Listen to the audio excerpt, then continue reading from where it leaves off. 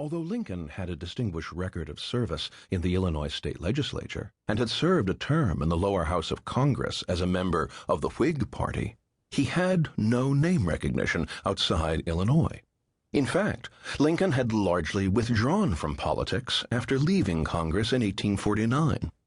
During his term, he had unwisely challenged the constitutionality of President James K. Polk's war with Mexico, and he was smeared as Spotty Lincoln for demanding that Polk reveal on what spot along the border Mexicans had actually begun the war by attacking American troops.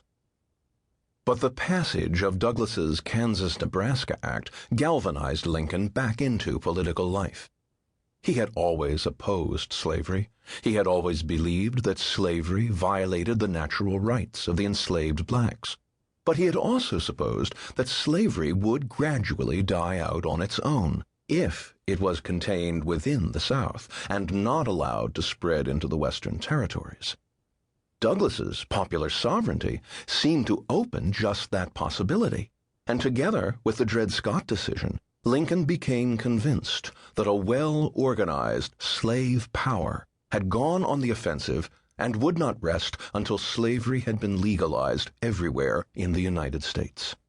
In 1854, Lincoln sought election to the Senate from Illinois by running against a Douglas loyalist, James Shields, and lost when anti-slavery Democrats failed to support him. In 1858, Lincoln was running again as the first and only choice of the Republicans of Illinois for the U.S. Senate.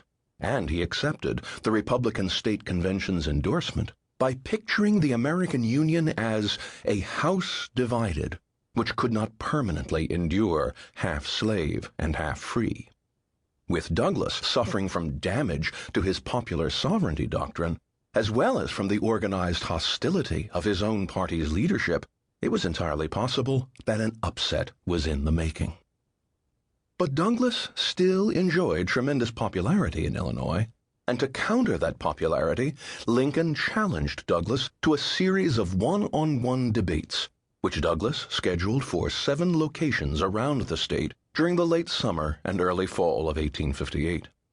What had promised to be just another political campaign now took on epic dimensions as the whole country turned to watch the spectacle of Douglas fighting to save his political life. Each debate lasted 3 hours, with each of the candidates taking turns opening with an hour-long statement of his principles, followed by the other candidate speaking in rebuttal for an hour and a half, and then the first candidate adding a half-hour rejoinder. The crowds who turned out in parks and town squares and fairgrounds to hear the candidates varied in number from 1,500 to over 10,000, and shorthand reporters hired by the Chicago newspapers allowed the full texts of each debate to be published all across the nation. The debates were, by turns, orderly and raucous. The air filled with the dust clouds of thousands of people on foot, on horseback, or in wagons, and punctuated by the noise of brass bands and fistfights. The weather was unbearably hot and dry until the final 3 weeks of the campaign.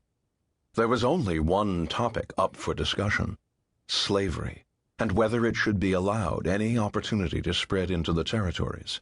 But that single topic was stippled with rhetorical fire from both candidates.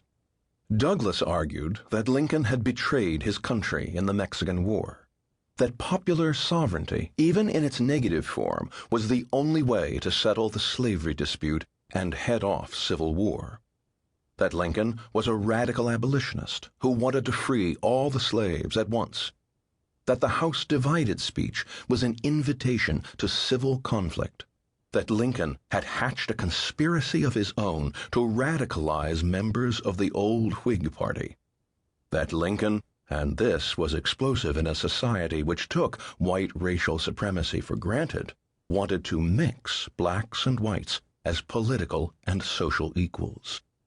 Lincoln volleyed back that popular sovereignty was merely a trick to guarantee the nationalization of slavery, that Douglas could not hold on to popular sovereignty and the Dred Scott decision